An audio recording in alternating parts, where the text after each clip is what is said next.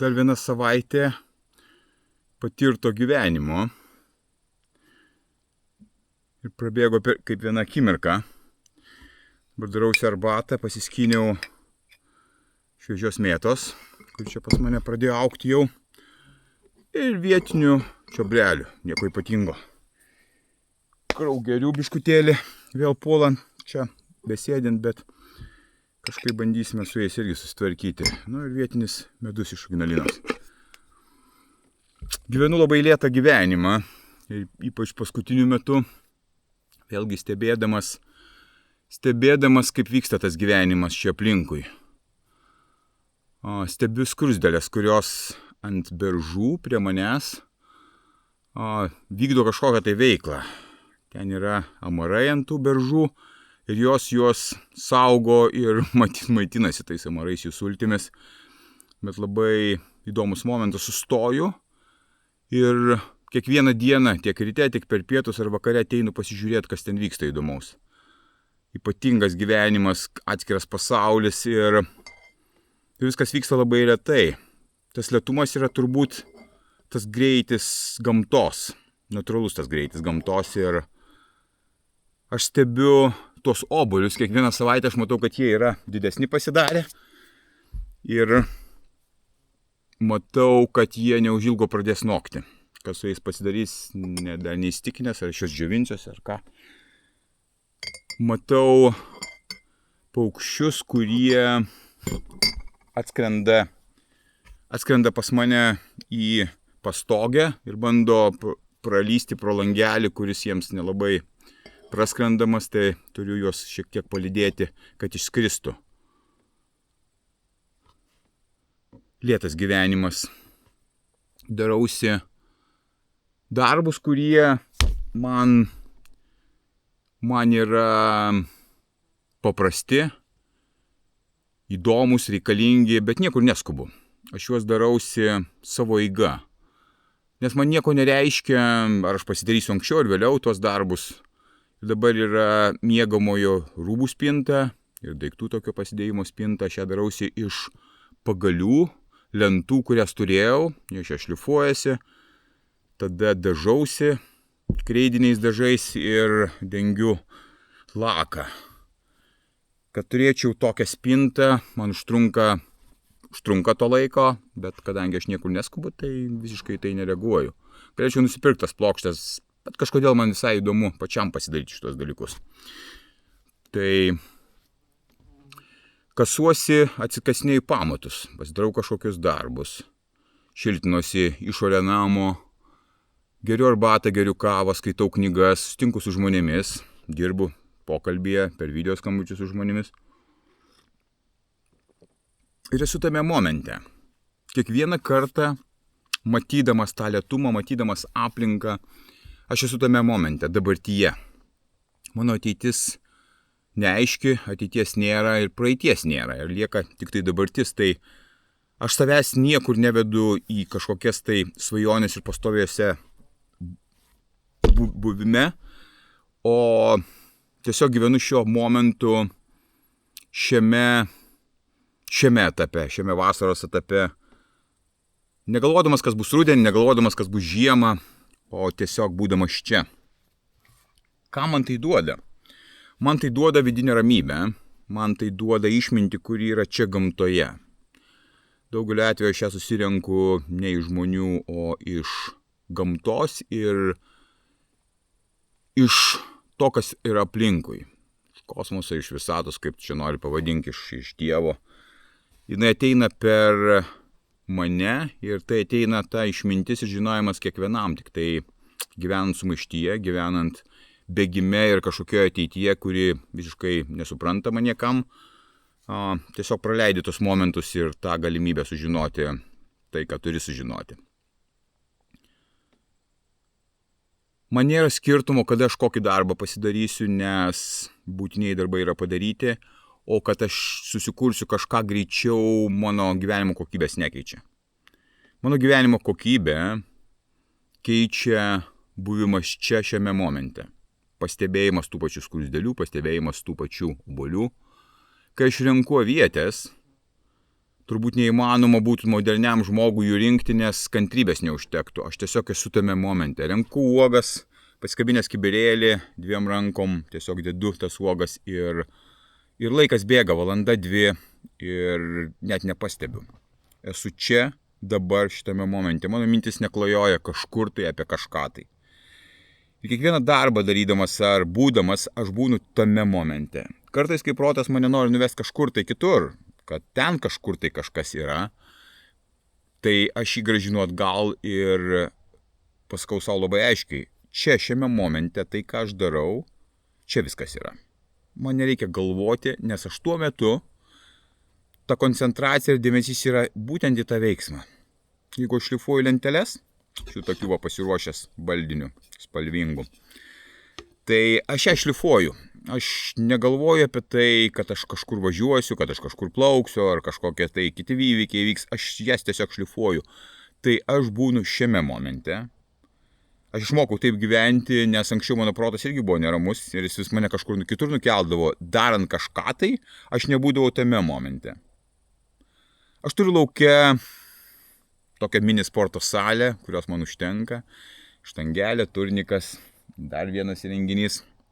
Tai gantelių turiu ir aš sportuoju be muzikos, be ausinių, nes noriu būti tame momente, tame sporto momente, tame susikaupime, kuris reikalingas.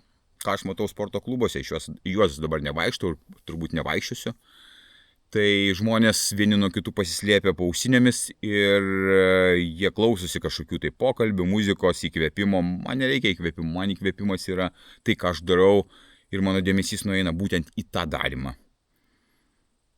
Aš eidamas pasivaikščioti ar eidamas bėgti, aš nesiklausau muzikos, jokių ausinių neturiu, aš stebiu gamtą. Aš net bėgdamas galiu stebėti gamtą, kas vyksta aplinkui, kokios stirnos, kuris šoko, kokios pėdos yra ant kelio, kokios įspaudai kanopos yra, kas čia per žvėris galėtų būti. Man labai įdomu yra stebėti tuos dalykus. Aš esu čia ir dabar tame momente. Kai aš geriu kavą ar arbatą, aš sėdžiu ir geriu ją. Aš nežiūriu nieko. Aš kartais skaitau, bet dažniausiai tiesiog sėdžiu ir žiūriu. Pakimbu tame žiūrėjime, kaip hiberneitinimas toks gaunasi, kaip kompiuterinis toks terminas. Tiesiog būni buvime. Nedaug kas dabar gali tai pabūti, nes protas blaškosi, norisi kažkur tai kažkokių tai trukdžių, kažkokio tai veiksmo ir visi išmokinti taip gyventi. Ir tai veda tave į beprotybę, veda į nerimą, į baimės, depresijas, patikrintas variantas.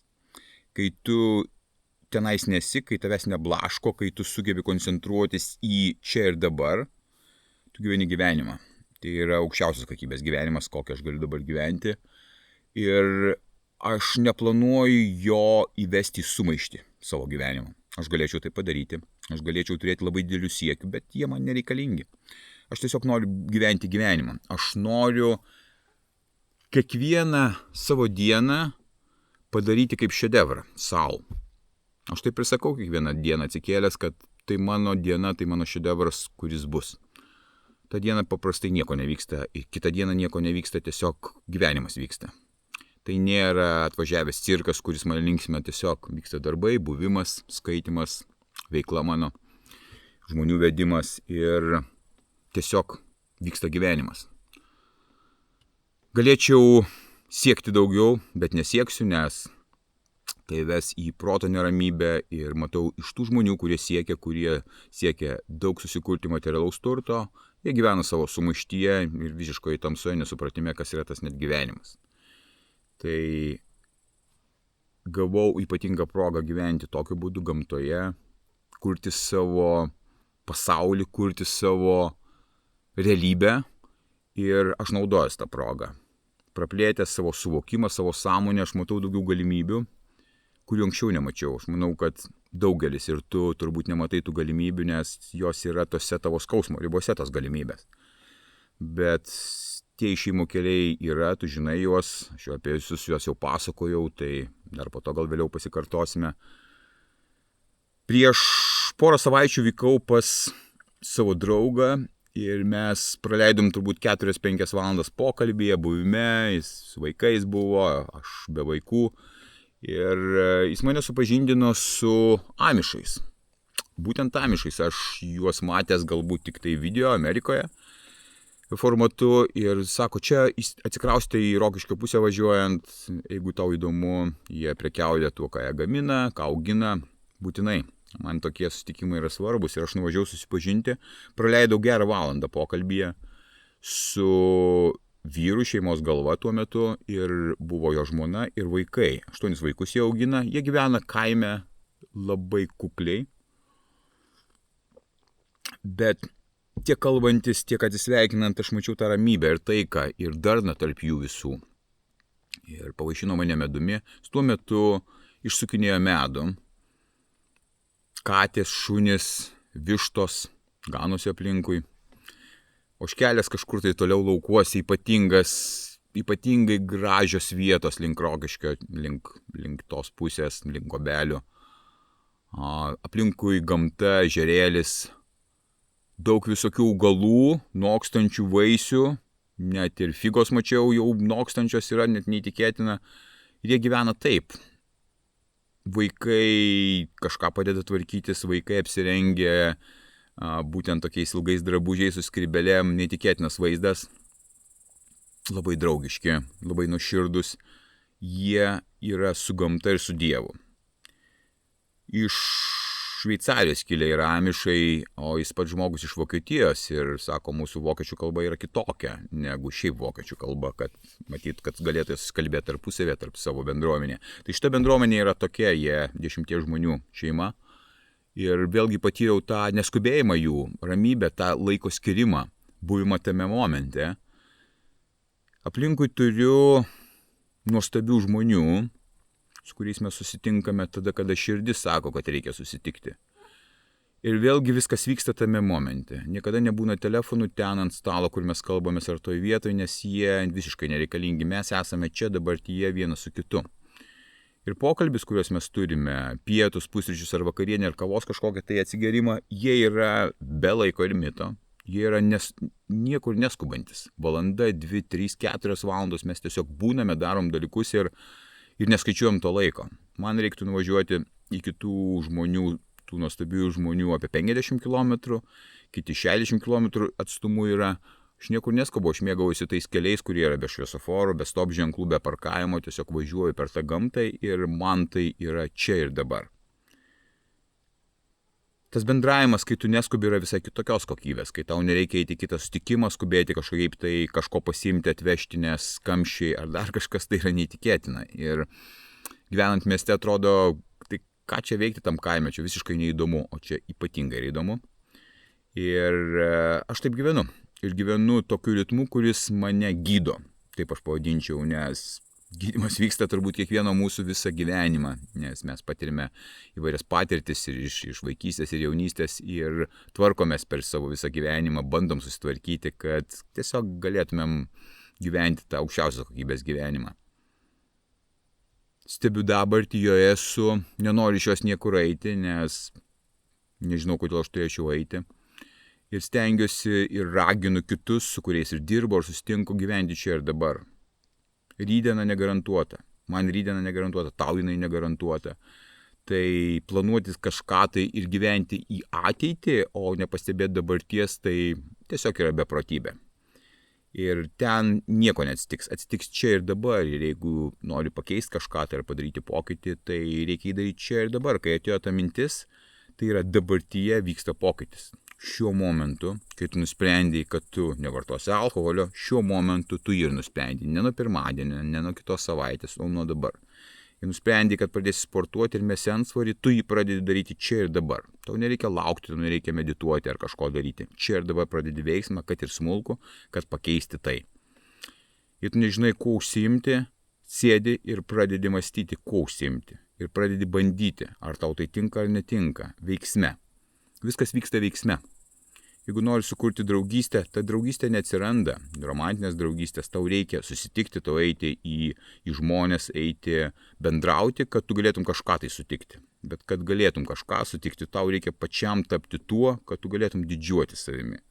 O tada vyksta tie pokyčiai, atsiranda žmonės, atsiranda galimybės, atsiranda viskas, kas reikalinga, kad klestėti šitame gyvenime. Būk stiprus.